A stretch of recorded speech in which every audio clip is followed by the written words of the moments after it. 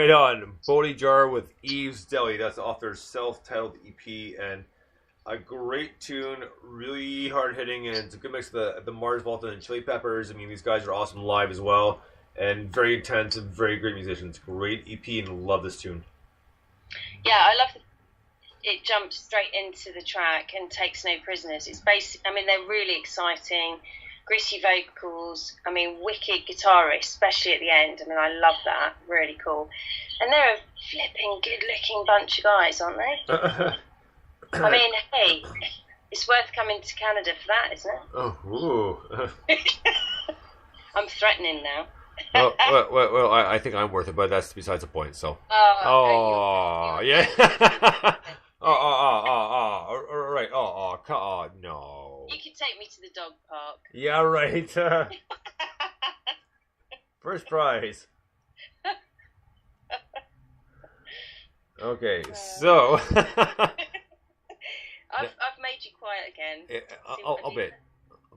I'm kind of digging myself a little bit of a hole here too. So yeah, you are. So I would probably shut my mouth at some point soon, but God knows how hard that is to do. Because, well, I mean, I tell you, like years ago, like 18 years ago or so, I got my wisdom teeth pulled out, and when I was walking out, I was pretty doped up, and I was in pain. The whole thing had gauzed my mouth because I had all four taken out, and. Did they say what you have to do that? Because they don't do that as much now.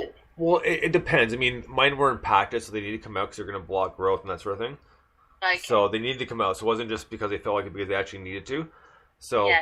I got done in Michigan while I was still there. So no, when I got the operation done, and it was nice because, like, I mean, not this is really important, but I got really good veins, so it didn't take her more than a second to kind of poke the line in, to put the anesthetics in. Yeah. Because she looks like, oh. Done. Perfect. Let's go. Count down from 100, So, get the whole thing done, and as we're walking to the doors to kind of leave the we'll call it the operating area, because it's not really an OR as such. It's just like a dentist office sort of thing.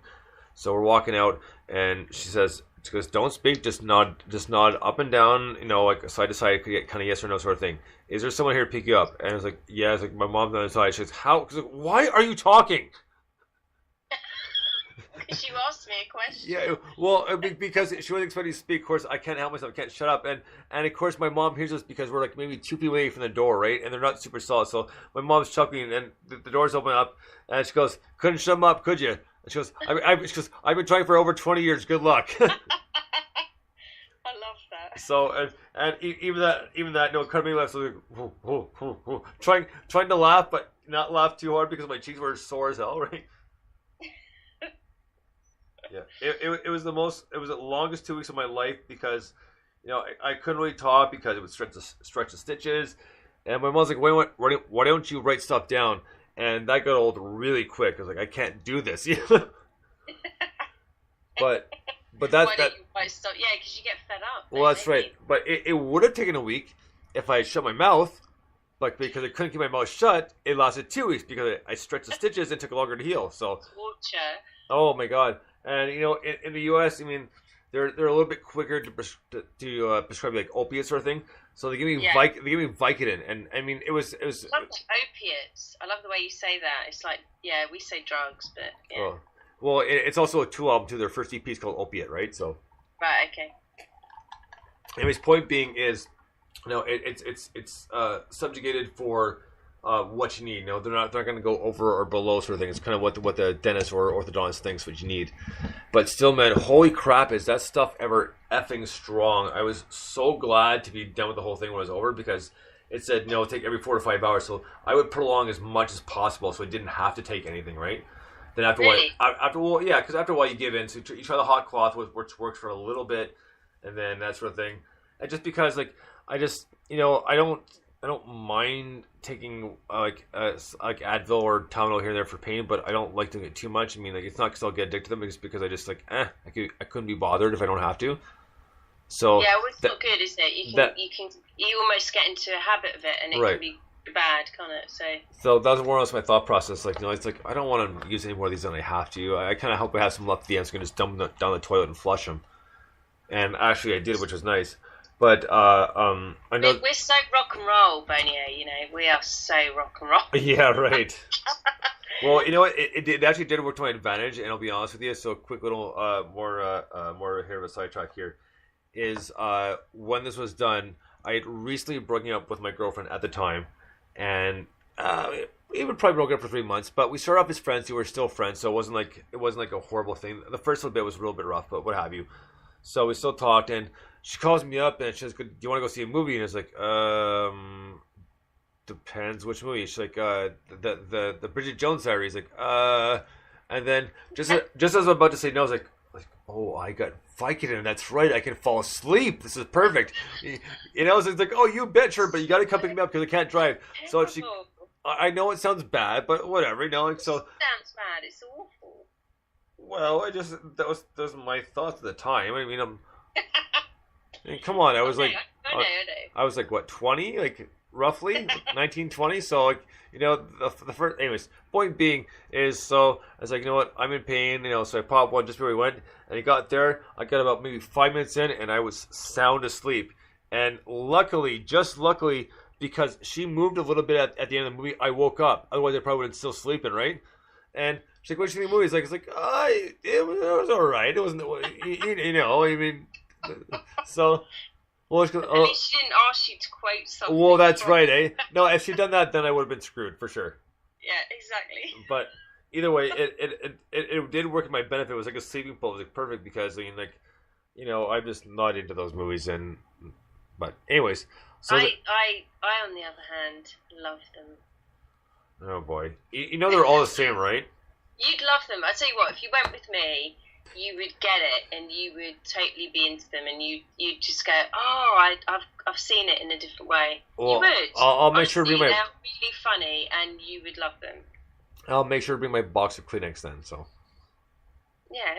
No. What? My box of Kleenex to cry. You know, like, oh, it's so beautiful.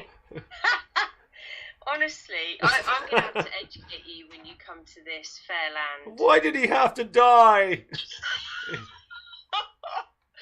Honestly, you know, you're into movies. Honestly, I have to educate you on the Bridget Jones front because I disagree. But anyway, let's move on because I will educate you. It's fine.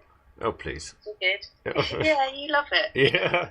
So, next up is a band we all know and love, and the guitarist is my regular co-host. So, of course, this is a band called 1 in 5 off their EP called Evolve. This song is called Evolve. Here we go with 1 in 5. Dig this.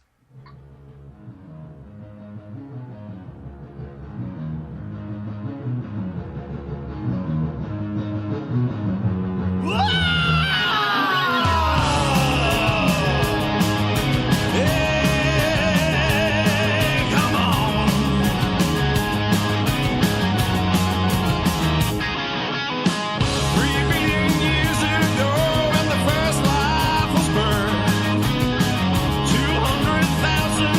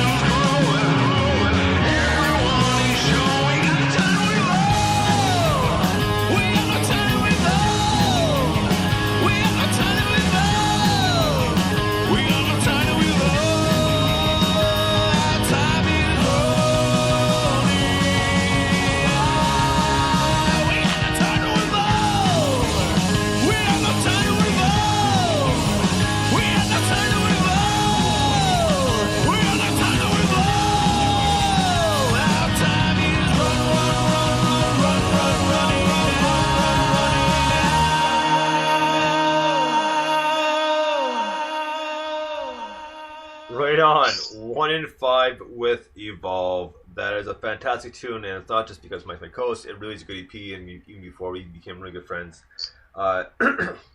It's fantastic music. You guys are awesome, and if you get a chance to see them live ever, they're Brighton-based, and they're a fantastic blues rock band. Like, one of the best. Oh God, I love their musicianship. They're just so. I love the nod to the Doors. For me, I always say it about the vocalist, but it's such sexy vocals. It's a fantastic driving track. Get it in the car and wind the windows down and get it loud. But it's just they just get the right combination. They're so tight as a band, and just wicked stuff. And he's doing this festival, isn't he, at the moment? Yes. He's doing, it's just like so much talent and awesomeness. I love it. Right love on. him. So next up we have Bad Llama, and this one's called Apocrypha, I believe, or Apocrypha. That's the way it's spelled. So judge for yourself as soon as I post it. So dig this. This is Bad Llama.